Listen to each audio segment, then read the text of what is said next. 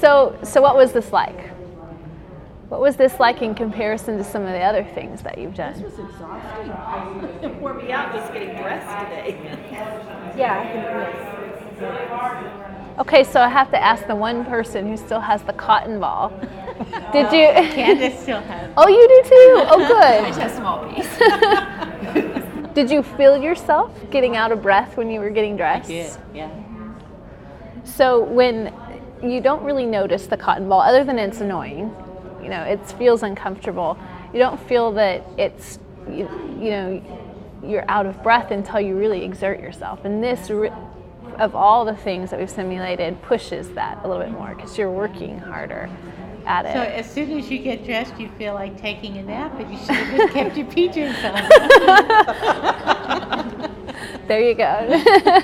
But, you know, you have a stroke, and the things that you've been experiencing today, you know, they're gradual changes. You got slammed with them today, and you got all of them all at once, but they're gradual. You don't notice that you're having troubles hearing because it's a gradual sort of process, or you don't notice that you're not feeling as well because it's gradual. So you have time to adapt to it.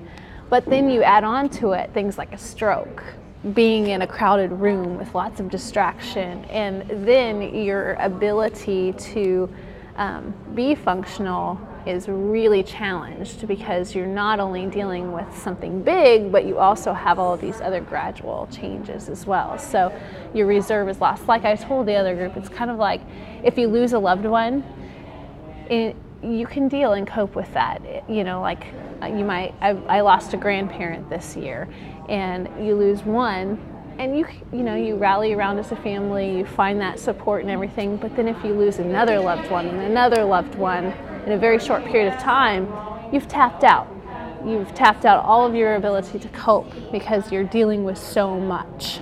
And so it kind of depends on how much of this you get and how quickly you get it. Talk to me about the role of adaptive equipment here with this. So some people said that they have had some experience with this. What did you do to cope? What changes did you make in your life? It's just how, I mean, if you were standing up, you could probably put all those clothes on. But first of all, you have to sit down because you can't cope with trying to stand on and keep balance with your leg hurt or stroke and putting your clothes on. So you adapt first that way.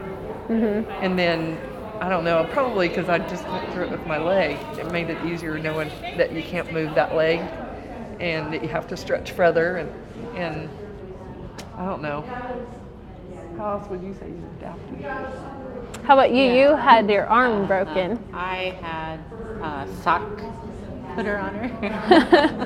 You know, a little thing a tool that you have that helps you put your socks on. Oh.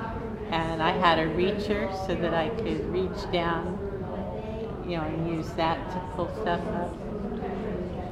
Does anybody know anybody who's had a stroke? Who was it? It's our preacher's wife, and it makes you understand why she wears like the moo or something, you know, just a dress every day because it's very difficult to put the pants on.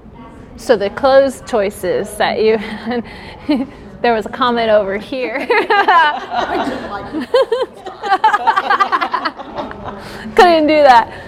There are all kinds of things that you can do, but if you had to do this every day, you would make conscious choices about how you set up your home, how you set out your clothes, the clothes that you wore, you know, the types of adaptive devices you'd use to make it easier, because if you had to struggle like this every single day, you'd be so pooped out.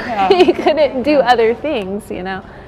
So what about, have you heard the term learned helplessness?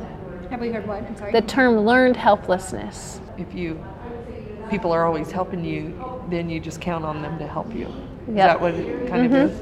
How many of you, as you were watching people struggle, wanted to help them, step in and help? Yeah. I mean, I was too tired. I went first. You were done. I was done. It's instinctive that if somebody, you know, it looks like they're struggling, then you just step in and help them. But sometimes by helping too much, then people get dependent on that help, and then they lose the abilities that they have.